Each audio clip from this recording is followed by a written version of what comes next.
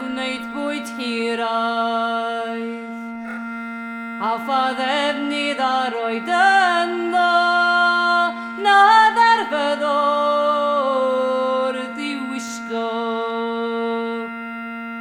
Derfydd air a derfydd arian, derfydd melfed, derfydd sidan, derfydd pob dilledyn helaeth, hyder hyn i derfydd hiraidd.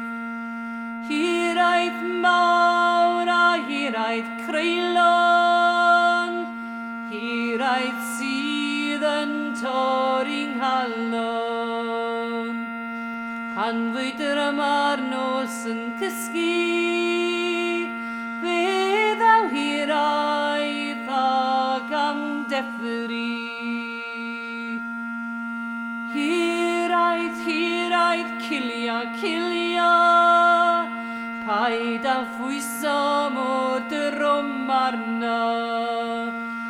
Nesa tipyn at yr erchwyn, gad i mi